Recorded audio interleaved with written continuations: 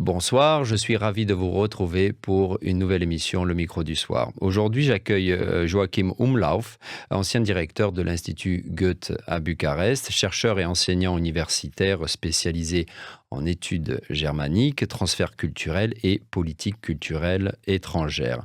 Joachim Umlauf a également publié de nombreux ouvrages précisément dans ces domaines. Joachim Umlauf, bonsoir. Bonsoir, merci de cette invitation. Et il était temps, je suis ravi de vous avoir au micro du soir. Alors, avant de parler de votre actualité, j'aimerais que nous conversions un peu sur votre, j'allais dire un amour, en tout cas grand intérêt pour l'art, notamment l'art contemporain. Je vous ai souvent aperçu lors de vernissage, quand vous étiez directeur de l'Institut Goethe à Bucarest, mais aussi après à titre privé donc. Qu'est-ce que vous aimez quand vous allez voir une exposition d'art contemporain? Qu'est-ce que vous recherchez? Merci de cette question. Peut-être une réponse en deux parties, si j'ose dire. Vous voyez, j'ai découvert l'art quand j'avais 18 ans. Je viens d'un milieu assez modeste. J'étais le premier de ma famille à aller au lycée. Et puis, bon, on fait, avant le bac, un voyage scolaire en Italie. Et c'est là que je découvre l'art de la Renaissance, à Florence et à Venise. Et c'est une révélation pour moi. Et depuis ce moment, je me suis intéressé beaucoup à l'art ancien, si j'ose dire, mais aussi à l'art contemporain. Et puis, pendant mes études, après j'ai fait une thèse d'ailleurs qui porte aussi sur l'art, sur la relation entre l'art et la littérature pendant la soi-disant avant-garde de l'art, mais je me suis penché sur l'art et il y a quelque chose dans l'art qui est très intéressant. Vous voyez, dans l'art contemporain, je veux dire, c'est que il y a quelque chose de précurseur là-dedans. Si vous voyez aujourd'hui, quelles sont les œuvres d'art qui sont dans les musées? Prenons par exemple les impressionnistes. Donc tout le monde les estime, tout le monde les aime, ou les expressionnistes, ou les surréalistes, on peut les nommer. Mais qu'est-ce que c'était au moment de leur production? C'était un scandale. Personne ne comprenait ce qu'ils faisaient, ces artistes-là. On leur refutait, on leur refusait. On les dénigrait, ce que faisait cet artiste-là. Et c'est ça le potentiel de l'art moderne, donc de nous montrer des choses que peut-être nous, les contemporains, comprennent peu, pas, des choses qui nous étonnent, mais qui contiennent, si vous voulez, quelque chose qui nous parle de notre contemporain, que les infos, l'histoire et ainsi ne nous dit pas. Et c'est ça ce qui m'intéresse dans l'art, donc de voir ce nouveau. Très bien. Alors, tout au long de votre carrière, vous avez été directeur de nombreux instituts Goethe, comme je le disais, notamment celui de Paris de 2010 à 2015, puis à Lyon et Marseille de 2015 à 2019. Quel souvenir en gardez-vous d'abord? Que représente la France pour vous ensuite? Et j'ai remarqué sur le CV que vous m'avez envoyé que votre lieu de résidence était toujours à Marseille. Oui, c'est une bonne question, mais c'est une question aussi très personnelle Il faut que je vous l'explique. C'est-à-dire, moi, né en 59 en Allemagne, mes parents, où ça, en Allemagne, précisément? à Düsseldorf, donc en Allemagne de l'Ouest. Mes parents venaient de l'Est. Donc, mais c'était des réfugiés, c'est-à-dire après 1945, ils étaient venus en Allemagne de l'Ouest, ils avaient tout perdu, ils ont dû quitter leur terre en Silésie, et nous, on était radicalement occidental, pour ainsi dire. C'est-à-dire, on ne voulait plus parler de l'Est. Ça, c'était une chose qui est très importante. Et la deuxième, en tant qu'Allemand, confronté à la culpabilité, à la responsabilité de l'Allemagne après la Deuxième Guerre mondiale, je me suis cherché, si vous voulez, une deuxième patrie. Et cette deuxième patrie est devenue la France. Très tôt, j'ai commencé à apprendre le français. Très tôt, je suis allé en vacances en France. Et la France est devenue, comme je vous ai dit, une sorte de deuxième patrie. Ça m'a soulagé hein, d'être en France, de parler français, d'être avec des Français et de ne pas être toujours confronté à ce problème de se sentir allemand. D'accord. Et venant Oui. peut-être à aujourd'hui, oui, vous avez tout à fait raison. J'ai dirigé plusieurs instituts Goethe en France et j'ai aussi eu d'autres fonctions en France. Et je vis en France, à Marseille, où ma femme est professeure à l'université Aix-Marseille. Et je ne peux plus m'imaginer de quitter la France pour l'Allemagne, par exemple. Donc je suis devenu français d'une certaine façon. Je suis en train de demander aussi la double nationalité, la nationalité française, et je suis très fier parce que il y a 3 jours, dimanche dernier, j'ai voté pour la première fois à Marseille pour les élections municipales, locales, bien entendu, mais je suis très fier. Ouais. Mais alors maintenant, me vient une question, votre rapport à l'Allemagne? J'ai toujours travaillé pour l'Allemagne, si vous voulez, c'est-à-dire j'ai dirigé des instituts culturels, j'étais à l'université lecteur d'allemand. Bien entendu que je suis allemand, je suis un expert de l'Allemagne et tout au long de ma vie, je me suis confronté à cette histoire difficile de l'Allemagne que j'ai adoptée, bien entendu, aussi, c'est-à-dire... pour le dire franchement, je suis aussi allemand et je n'ai rien contre mon identité allemande. Mais elle a été quand même difficile pendant ma jeunesse. Quand vous rentrez en Allemagne, vous rentrez à Düsseldorf, vous allez ailleurs? Bon, il y a encore ma belle-mère qui vit à proximité de Düsseldorf, donc on va visiter la famille. Et on a beaucoup d'amis à qui on rend visite en Allemagne, bien entendu. Donc on y va régulièrement. Et à Berlin également, vous aimez cette À Berlin, oui, j'aime beaucoup Berlin, mais j'y vais aussi souvent professionnellement, c'est-à-dire dans des villes différentes, à Berlin, mais aussi à Francfort, pour la Foire du Livre. Et je dois vous dire, je préfère voyager professionnellement parce qu'on découvre d'autres choses qu'en tant que touriste. Restons sur Berlin. Je trouve que c'est une ville étonnante qui a évolué, enfin, qui a intégré une autre partie qui était complètement inconnue. Je pense évidemment, quand je pense à Berlin-Ouest et qui a intégré Berlin-Est. Et aujourd'hui, c'est une ville qui est une entité. On sent de moins en moins la différence entre Berlin-Est et Berlin-Ouest. L'espérons au moins, parce que ça c'est tout un débat en Allemagne sur le fait qu'il reste ce clivage entre l'Allemagne de l'Est et l'Allemagne de l'Ouest.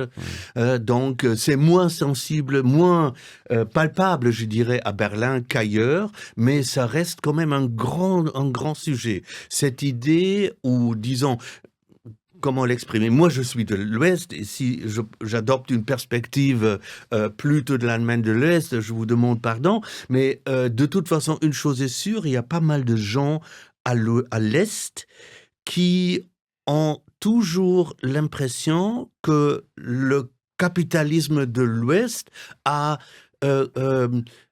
bouleversé d'une façon beaucoup trop accélérée, trop vite l'Est. Même à Berlin? Même à Berlin, oui. Même à Berlin, comme je vous ai dit, dû aux milieux très internationaux, à Berlin, c'est moins palpable, mais ça reste un véritable sujet. Et d'ailleurs, un sujet politique difficile, puisque on aura des élections cette année-là dans plusieurs régions, Länder, en Allemagne de l'Est. Et par exemple, le parti d'extrême droite est beaucoup plus fort à l'Est qu'à l'Ouest, puisque les anciens partis, venant tous de l'Allemagne de l'Ouest, n'ont pas pu s'installer comme à l'Ouest, où d'ailleurs les partis d'extrême droite font aussi entre-temps 20%, mais pas 40%. Donc ça reste vraiment une sorte, un problème sociétal. Qui utilise, j'imagine, comme un peu partout, une rhétorique un peu nostalgique, nationaliste. Oui, nostalgique, mais aussi il faut, il faut se rendre compte que, par exemple, l'Allemagne de l'Est a été très attachée à la Russie aussi.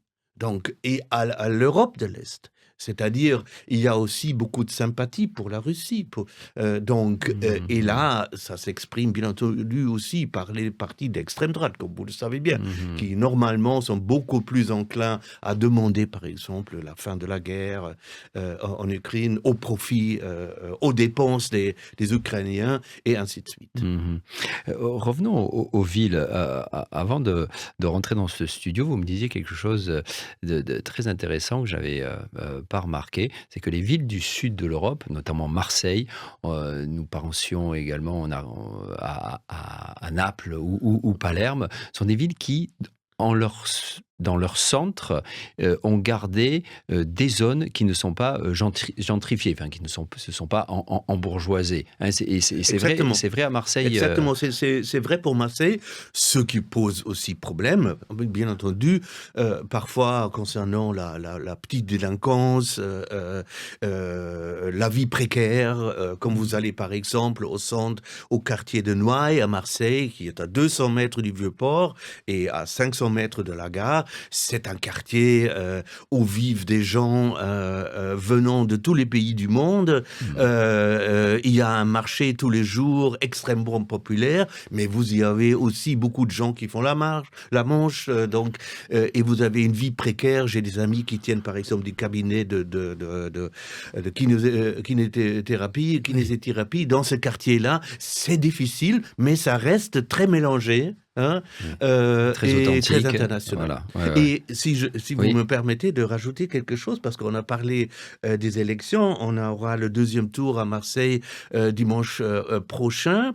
Ce qui reste toujours un paradoxe, si vous voulez, c'est-à-dire les quartiers où vivent des gens venant de tous les pays du monde sont des pays qui ne votent pas majoritairement pour l'extrême droite. Et si vous voyez à Marseille, vous avez aussi une ville partagée entre un vote gauche écolo, pour le maire actuel, et de l'autre côté pour le Rassemblement national, dans l'extrême droite. Et vous voyez dans les bons quartiers, les quartiers chics, où normalement les gens ne devraient peut-être pas voter pour ce parti, pour le Rassemblement national, vont voter pour... alors que dans les quartiers populaires... J'y reviens, et c'est très intéressant, j'y reviens parce que c'est le même paradoxe là, que vous avez en Allemagne de l'Est et de l'Ouest. C'est-à-dire, si vous avez 40% pour l'extrême droite en Allemagne de l'Est, c'est dans les régions où il n'y a pas d'étrangers.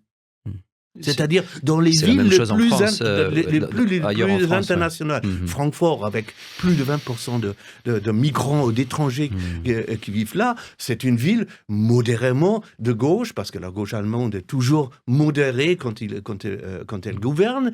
Et c'est dans les régions où il n'y a pas d'étrangers, où les gens vont voter, vont faire le vote sécuritaire pour ainsi dire. Voilà. Comment vous l'expliquez ? Ça, c'est une bonne question, parce que je ne suis ni sociologue ni politologue, mais c'est la peur. C'est-à-dire la peur du possible de l'étranger qu'on ne connaît pas. Qui prévaut. Comment vous aimez, si vous l'aimez, Bucarest ? Écoutez, vous l'avez dit tout à l'heure, j'ai passé le plus clair de ma vie professionnelle en France, d'ailleurs aussi un peu en Italie et aux Pays-Bas. Et j'étais prêt à rester en France, et puis après quelques années passées à Lyon, que j'aime aussi, je me suis dit, bon, alors, je voudrais encore aller ailleurs. Et puis on m'a proposé d'aller en Roumanie, à Bucarest. Et je ne l'ai pas regretté, du tout.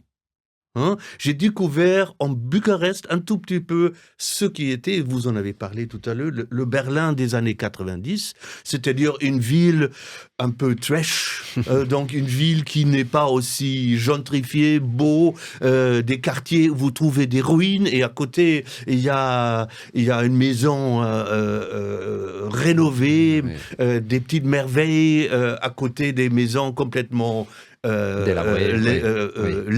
délabré, ainsi de suite. Et ce mélange m'a beaucoup plu. Ça, c'est une chose. Mais la deuxième chose, parce que vous en avez... c'était votre première question, j'ai découvert une scène culturelle qui m'a beaucoup plu. C'est-à-dire des jeunes gens très motivés, qui justement ont des galeries, font du théâtre et ainsi de suite, qui sont très engagés, très motivés. Donc ça, c'est une chose. Et dernière chose, pour un directeur d'un institut culturel, et ça vaut aussi d'ailleurs pour mes collègues de l'Institut français, si j'aime beaucoup la France, et aussi l'Italie d'ailleurs, mais ici, il y a plus de choses à faire. Il y a plus de choses à Il y a faire. plus de choses à faire. Oui, parce que ici, on a besoin. Ah oui, d'accord. On est dans les besoins. C'est-à-dire, si vous dirigez un institut culturel, je dirais allemand, en France, bon, on peut faire des belles choses. Mais et en Allemagne et en France, on finance la culture très différemment, beaucoup plus, c'est-à-dire le secteur de la culture est beaucoup plus subventionné. Oui. Donc ça, c'est quelque chose qui est beaucoup plus développé. Hein. Et pour vous donner un exemple, par exemple, à Bucarest, on manque d'espace.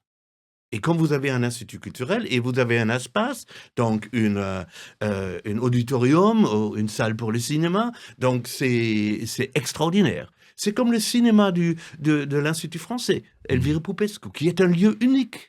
Oui. Hein? C'est un des meilleurs cinémas, je dirais, de Roumanie, peut-être le meilleur cinéma de Roumanie. Et c'est magnifique pour la France de pouvoir disposer d'un tel instrument pour la diplomatie culturelle. Hein? Donc, on a des choses à faire qu'on ne peut pas faire. Et on sent davantage l'impact, peut-être? C'est ce que vous avez ressenti? Absolument. Pas simplement à Bucarest, parce que vous étiez... il y a aussi des autres villes où il y a beaucoup d'événements culturels, où vous avez été présent. Oui. Un impact, et l'impact est différent. Et je vais vous dire, parce que les politiques culturelles des instituts sont en train de changer depuis des décennies déjà, parce que on devient de plus en plus des instituts qui agissent de par la culture dans la société civile. C'est-à-dire, c'est l'idée que pour avoir de l'impact, comme vous dites, il faut aussi réfléchir comment on peut travailler d'une façon socialement engagée. Et ça dépend des jeunes. C'est faire du soft power, quelque part? C'est du soft power, c'est la démocratisation de la culture. La diplomatie douce, comme on l'appelle en France. Ouais. Absolument. À travers la culture, avoir un impact sur la société civile. Par la culture et l'éducation. Donc, par exemple, la démocratisation de l'accès à la culture. Hein? Parce qu'au départ, ces instituts culturels, c'était des instituts pour une élite. Élite qui avait appris le français ou l'allemand, le cas échéant. Aujourd'hui, on parle de l'idée qu'on veut s'adresser à toute la société roumaine et aussi à ceux qui, normalement, ont moins accès à la culture. C'est-à-dire socialement ou géographiquement ou par d'autres raisons. C'est pour ça que, par exemple, avec nos collègues de l'Institut français, on a fait beaucoup d'activités autour de la communauté rome. C'est-à-dire, on a essayé de faire avec les institutions roms ici à Bucarest des activités. On a fait pas mal de choses avec la communauté LGBT. Et on a invité des jeunes, par exemple des jeunes qui ont créé un street art festival, de venir dans nos locaux pour justement avoir ces festivals. Ce qui implique, si vous permettez que je termine là-dessus, ce qui implique que nos instituts sont moins allemands ou français qu'avant. C'est-à-dire, nos activités s'adressent à la société roumaine. Hein, on y inclut, si possible, des éléments allemands, c'est-à-dire un intervenant allemand, comme ça, mais je dirais même, parfois, ce n'est pas l'essentiel. L'essentiel, c'est qu'on montre que par la culture, par l'art, par l'éducation, par la démocratisation de l'accès à la culture, on peut former une future société européenne capable de vivre ensemble en paix, se respectant, hein, sachant qu'on est différent et tout en ayant ces possibilités démocratiques, si vous voulez. Et effectivement, les instituts culturels en parlant de Bucarest, à Bucarest, sont liés, mais il est vrai, ces dernières années, et j'en ai été le témoin, que la collaboration entre la France et l'Allemagne, entre l'Institut Goethe et l'Institut français, a été importante. Et ce que vous dites, c'est qu'il y a une même vision franco-allemande, je dirais. Est-ce que vous avez pu, quand vous étiez directeur de l'Institut Goethe, intégrer d'autres instituts? Je ne sais pas, je pense à l'Institut Cervantes, par exemple. Bien sûr, bien sûr. Mais vous permettez Mhm. que je revienne à quelque chose, parce que on a parlé de ma jeunesse, donc de la difficulté de se sentir allemand et de la France en tant que deuxième patrie. Euh, Ça, c'est, si vous voulez, aussi un modèle européen. Pourquoi? Parce que c'est la France et l'Allemagne qui ont réussi, après plus d'un siècle, hein, de plusieurs guerres, de propagande, et ainsi, à devenir des amis. Et cette exemplarité, j'ai toujours essayé de la vivre, hein, tout en étant directeur d'un Goethe-Institut.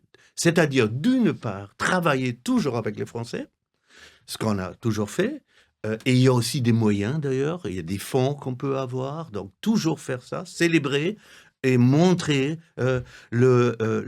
cette exemplarité de l'amitié franco-allemande, mais en n'excluant pas, N'excluons pas, oui. n'excluant pas du tout les autres. Hein? Et c'est pour ça qu'il y a un réseau qui s'appelle EUNIC, European Union of National Institutes for Culture, qui se réunit très régulièrement à Bucarest et dans d'autres villes, et on fait des activités ensemble. Et c'est un tout petit peu, on en a parlé tout à l'heure, de la chaîne Arte. Hein? Arte est une chaîne franco-allemande, oui, mais d'orientation principale européenne, en y incluant d'autres langues, hein, d'autres pays. C'est-à-dire, ça, c'est un tout petit peu le défi du franco-allemand, toujours, hein, de garder un tout petit peu ce noyau, tout en montrant ouvert aux autres voilà. qu'on est absolument ouvert à travailler avec les autres. Vous l'avez magnifiquement fait pendant que vous étiez directeur de l'Institut Goethe. Vous êtes plutôt satisfait, non, de votre mission? Je suis très satisfait, mais il faut dire aussi, vous savez, du côté français, ici à Bucarest, j'ai eu des interlocuteurs qui étaient magnifiques aussi, parce que c'est toujours... Oui. C'est les personnes, mais l'ouverture des anciens directeurs de l'Institut français, Loïc et Julien, a aussi fait beaucoup de choses. On parlait d'une ville, excusez-moi, j'aime beaucoup parler des villes avec vous, que vous avez, que votre Institut Goethe couvre également, c'est la République de Moldavie et notamment Chisinau. Ouais. Cette ville qui est si méconnu. Combien de Roumains voyageurs n'ont pas mis les pieds à Chisinau? Moi, je rencontre très très peu de Roumains, de Bucarestois qui connaissent cette ville, alors que elle a véritablement de quoi être appréciée. Absolument. Vous savez, le Goethe-Institut vient d'ouvrir une branche, un bureau à Chisinau, il y a quelques semaines seulement, il y a 4-5 semaines. Ah, je fais bien d'en parler, d'accord. Donc c'est devenu l'objectif, mais c'est encore aussi un problème franco-allemand, si vous permettez que j'en dise un mot, parce que le Goethe-Institut a dû restructurer son réseau, dû au fait, comme un tout petit peu partout, qu'il y a des coupures de budget. Et donc, qu'est-ce qu'on a fait? On a fermé des instituts, une dizaine, dans des instituts en France. C'est-à-dire, le Goethe-Institut a fermé son institut à Bordeaux et à Lille, et a aussi fermé un petit bureau à Strasbourg, pour ouvrir dans des pays comme la République de Moldavie, où on peut dire qu'il est, à tort ou à raison, plus important d'investir dans la culture. Vous êtes d'accord avec cette politique? Qu'est-ce que vous en pensez?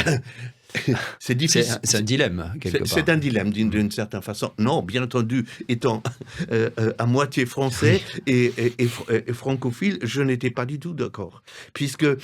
À Marseille, pardon, excusez-moi. Marseille, c'est une autre chose. C'est moi, en tant que directeur de l'Institut Goethe de Paris, qui a réussi à rouvrir un Institut Goethe à Marseille, qui est toujours là, à l'occasion de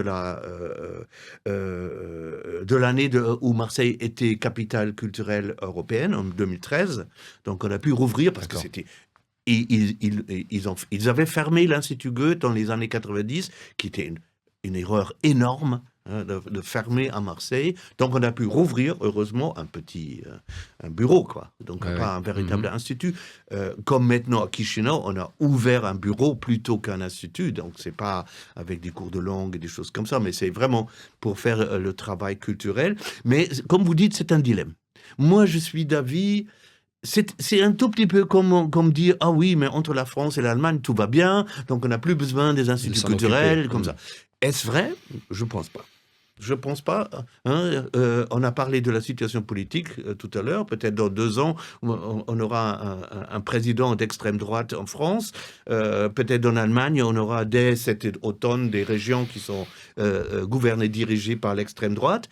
Je pense que la présence des instituts culturels peut être toujours un moyen important, mais pas seulement politiquement, mais aussi politiquement pour montrer qu'il peut y avoir d'autres voies. Mais d'une façon générale, je ne suis pas d'accord, mais d'autre part, c'est une réalité, comme je vous ai dit tout à l'heure, que l'orientation politique, la stratégie politique des instituts culturels a changé.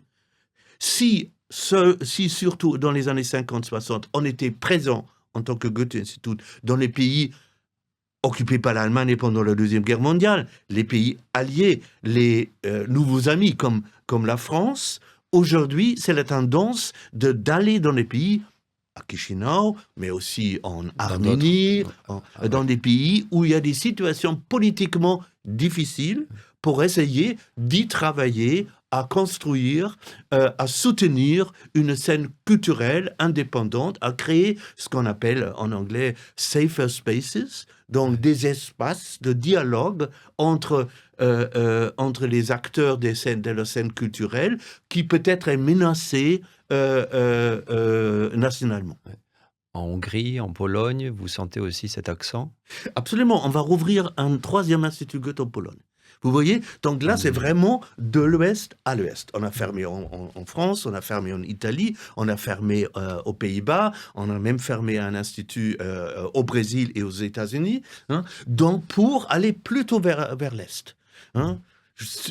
Parce qu'il faut dire, là vous le savez sans doute, si on a parfaitement réussi la réconciliation franco-allemande, on a échoué en ce qui concerne la réconciliation germano-polonaise. Donc ça reste toujours une plaie, du côté de la Pologne d'ailleurs, moins de l'Allemagne.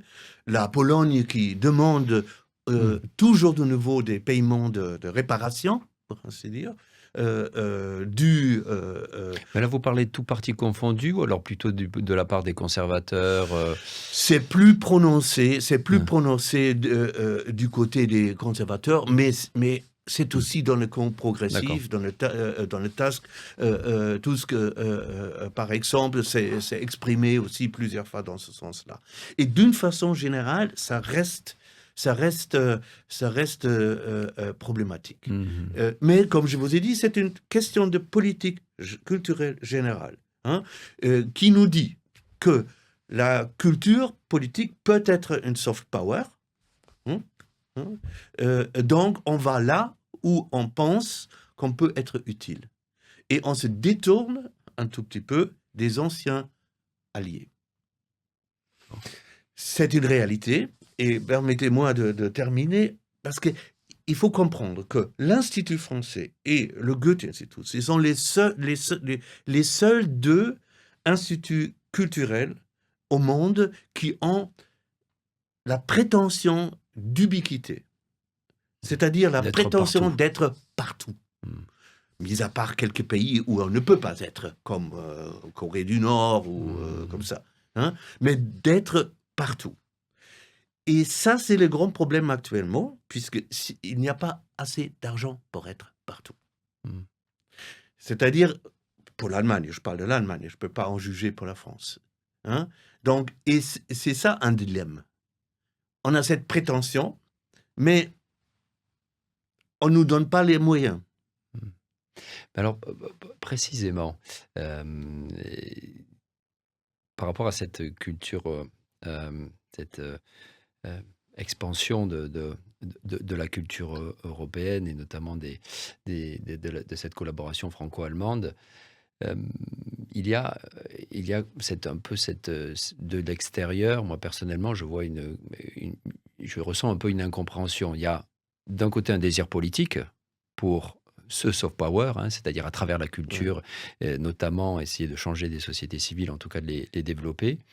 Et de notre côté, comme vous le dites, toujours un manque d'argent. C'est-à-dire, il y a toujours un peu le même discours qu'on retrouve aussi chez les grandes entités privées, hein, où il y a voilà, toujours ce manque d'argent. Alors c'est vrai qu'on passe dans beaucoup d'endroits à travers une crise économique, mais euh, j'aurais parfois tendance à penser, est-ce que cette volonté politique, elle est suffisamment forte parce que quand on veut, on peut, surtout que les moyens dont on parle ne sont pas non plus des moyens Non. extraordinaires. On ne parle pas de sommes à ce niveau-là par rapport à d'autres domaines.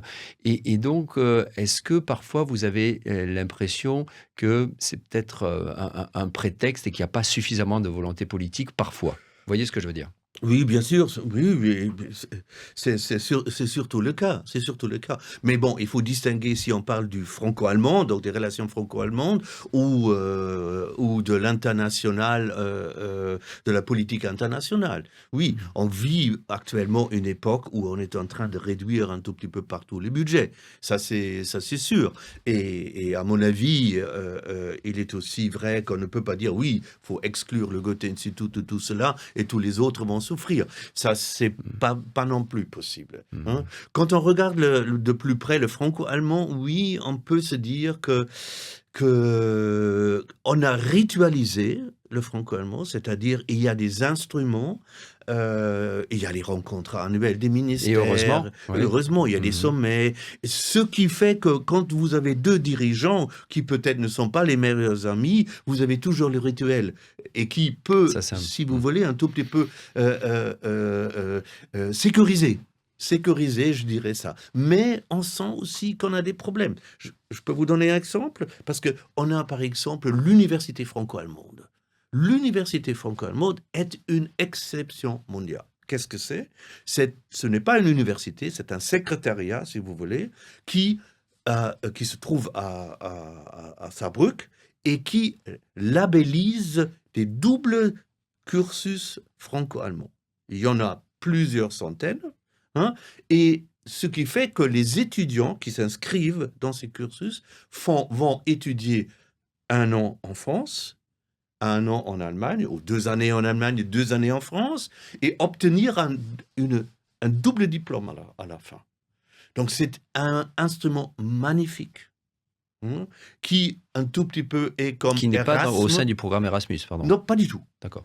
C'est l'université franco-allemande, hein, mais et qui marche seulement entre la France et l'Allemagne parce que c'est deux pays qui ont une taille comparable, qui ont donc les mêmes conceptions de la culture et ainsi de suite. Hein. Mais ça, c'est mis en danger actuellement par le fait qu'en France, on n'apprend plus l'allemand.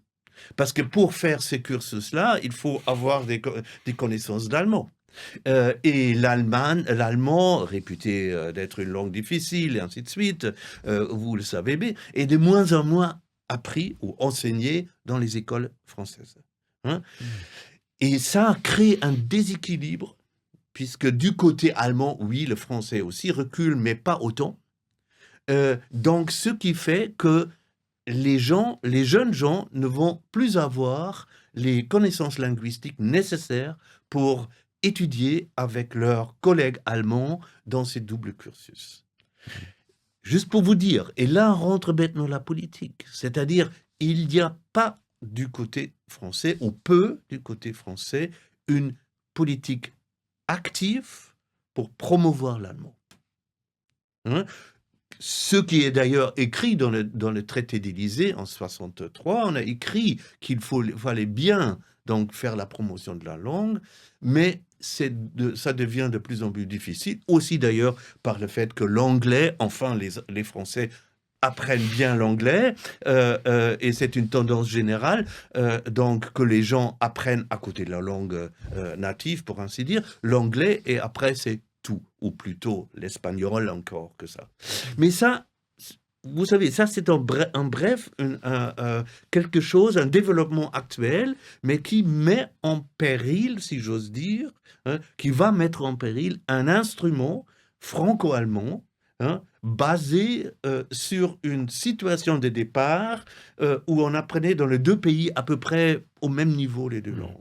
Non, mais c'est bien de l'indiquer, hein, d'autant plus que c'est pas à vous que je vais apprendre que une langue, c'est évidemment beaucoup de choses. C'est une culture, c'est une façon de voir le monde. C'est ça. Et je pense notamment sur Internet, si on avait davantage un Internet plurilingue, eh bien on aurait aussi accès à une autre façon de voir le monde. On va terminer quand même, Joachim Umlauf, sur vos activités actuelles. Vous me disiez que vous passiez une semaine par mois à Bucarest, tout en résidant à Marseille. Qu'est-ce que vous y faites aujourd'hui? Bah, j'y fais Qu'est-ce que plusieurs vous y faites? choses. Oui. Je travaille toujours pour le Goethe Institut parce que j'avais, avec d'autres partenaires, notamment l'Université Aix-Marseille, on avait développé un projet européen dans le cadre du projet Horizon, donc un projet de recherche et de pratique à la fois, c'est-à-dire un projet, incluant d'ailleurs aussi l'Institut français, qui examine le rôle de la diplomatie culturelle dans les relations Est-Ouest. C'est-à-dire, on a constaté qu'après 35 ans après 89, persistaient des asymétries entre l'Est et l'Ouest en matière de connaissances. Par exemple, si vous demandez à un étudiant roumain ce qu'il sait de l'Allemagne et de la France, il va en savoir quelque chose. Si vous demandez à un jeune français ou allemand, qu'est-ce que vous savez de la Roumanie? Normalement, c'est une page blanche. Mmh. Hein. Voilà, ça c'est un exemple entre cette idée persistante du centre et de la périphérie. Hein. Donc, l'Europe de l'Ouest en tant que centre, la Roumanie ou d'autres pays à l'Est en tant que périphérie. En partant de ce constat-là, on a essayé d'examiner comment on peut changer les choses. Quels sont les instruments que la diplomatie culturelle, les instituts peuvent développer. Donc ça, c'est un projet dont je m'en occupe. Il s'appelle NARDIV, et vous entendez dans le mot Narratives of Diversity. Donc c'est ça. Nardive, Voilà, d'accord. NARDIV, je m'en occupe. Bon, ce projet va se terminer cet automne-là. Mais c'est pour ça que je viens très régulièrement à Bucarest. Ensuite, il y a un deuxième projet européen, et j'enseigne aussi ici à l'université. C'est-à-dire aux études germaniques, je donne un séminaire avec des jeunes Roumains. Ça va continuer cette aventure roumaine pour Ça va vous? continuer, et Vous avez d'ailleurs, envie que ça continue? ah bah oui, parce que moi j'adore enseigner, par exemple, parce que la rencontre avec les jeunes me montre leurs préoccupations, hein. Donc, et j'ai la chance de Puis vous pouvoir... sentez aussi autrement le pouls de la société, hein, quand vous êtes avec Absolument. ces jeunes-là, hein. C'est ça, Absolument, le c'est pouls de la important, hein. société, mais Mmh. aussi les différences interculturelles, puisque Mmh. j'enseignais à Bucarest, j'enseigne aussi à Paris, hein, des groupes franco-allemands, justement, qui font des études dans le cadre de cette université franco-allemande, et c'est très intéressant de voir ces groupes différents, notamment, mais ça serait un sujet à part, le rapport aux réseaux sociaux, le rapport aux livres, le rapport à la vie intellectuelle et le rapport à leur identité. Donc, j'apprends autant que j'enseigne, je dirais. Mmh. Joachim Umlauf, on a encore 2-3 minutes. Ouais. On va terminer avec l'art. Hem, comment, comment il vous aide-t-il à mieux vivre le monde dans lequel on vit? Mm, Parlons peut-être de la littérature un instant. J'étais, parce que bon, j'espère le devenir peut-être plus tard, de nouveau. J'étais un grand lecteur, j'ai lu des milliers de livres, et on n'avait pas d'internet à l'époque, on n'avait pas ça m'a forcé de lire. Ça, c'est un constat que je fais, et je regrette d'une certaine façon que mes enfants, nos jeunes ont la vie tellement facile, et ils ne doivent plus se confronter à des choses un tout petit peu plus compliquées, complexes, comme des textes entiers, et ainsi de suite. Et là, je viens à votre question, c'est-à-dire, moi aussi, parfois, je ne comprends pas un texte entièrement, mais ce défi de le comprendre et, et de savoir, euh, ça reste pour moi encore une des plus belles choses au monde. Je vais vous donner un exemple. Je viens de relire très récemment un livre magnifique de Sigmund Freud qui s'appelle Über das Unbehagen in der Kultur. Sur, je ne sais pas en français, peut-être le désarroi dans la culture. Où Sigmund Freud nous explique comment la culture est venue au monde, pour ainsi dire. Hein. Et puis, bon, moi je suis pas spécialiste de la psychoanalyse ni de la psychologie, j'ai dû mal à comprendre les termes, les notions, j'ai dû vraiment relire des pages, chercher des explications sur Internet, mais une fois ça terminé, c'est une merveille ce texte, qui a exactement 100 ans. Hein. Donc, et ça c'est l'art, c'est-à-dire c'est l'art actuel contemporain, mais c'est aussi l'art, l'héritage culturel, si vous voulez, le patrimoine. Donc, de pouvoir vivre une telle expérience. Et ça peut se vivre par la littérature, par la fiction. Parfois, on a un livre magnifique, et je lis actuellement les livres de Gisèle Pellicot et La joie de vivre. Donc, un livre magnifique, il faut le dire. C'est pas une fiction, c'est une autobiographie, mais c'est une révélation aussi de lire un livre comme ça, et par l'art, par les tableaux, par des moments, Et le cinéma aussi, et j'imagine. aussi Oui. par la communauté avec d'autres Mm. gens, Mm. au théâtre par Oui. exemple. Mhm. Mhm. Et ouais, et ça, c'est aussi ce qu'il faut dire, hein, et vous serez d'accord avec moi, hein, que ça peut vous changer intérieurement. Hein. Cette ouverture-là a un impact, encore une fois, sur non seulement comment on voit le monde, mais aussi comment on le sent et comment on est avec les autres. Hein. Donc Absolument. Mm. Et pour moi, l'avantage, parce qu'on en a parlé, c'est que souvent, je peux intégrer ces connaissances directement de mon enseignement, hein, dans les débats que j'ai avec les jeunes. Et c'est ça ce qui me fait plaisir. Donc, que l'enseignement n'est pas non plus une chose pétrifiée, qu'on enseigne toujours la même chose, mais qu'on peut y intégrer des choses. Et d'ailleurs, je fais beaucoup sur les relations culturelles franco-allemandes au 20e et 19e, 20e siècle, des cours, et je découvre toujours de nouvelles choses. Joachim Aulaf, ça a été un plaisir de vous avoir au micro du soir. Première fois, mais pas la dernière. J'ai vraiment, on a mis du temps à se retrouver dans ce studio, mais ça a été vraiment un plaisir. Merci de votre témoignage. Bonne continuation dans vos activités. On a besoin de vous, hein, à Bucarest, toujours. Et à très bientôt. Merci Merci. beaucoup, le plaisir était de mon côté aussi. Merci. Chères auditrices, chers auditeurs, c'est tout pour ce soir. Nous vous souhaitons un beau week-end et de belles lectures. À bientôt. Week-end Placout. Au revoir.